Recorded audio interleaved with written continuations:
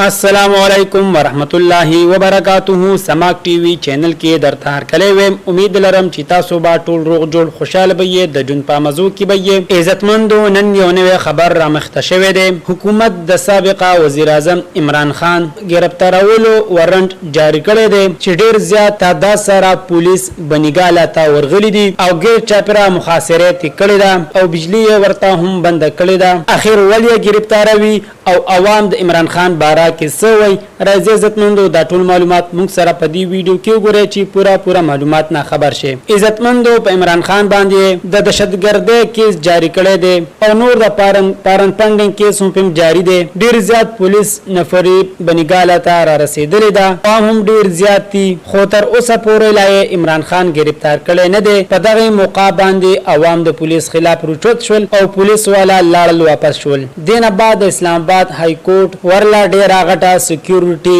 ورکړه عمران خان د حفاظت د پاره په کراچۍ کې هم د ام کیو ام سیټو هغه هم عمران خان وګټلو او په 400 کې هم د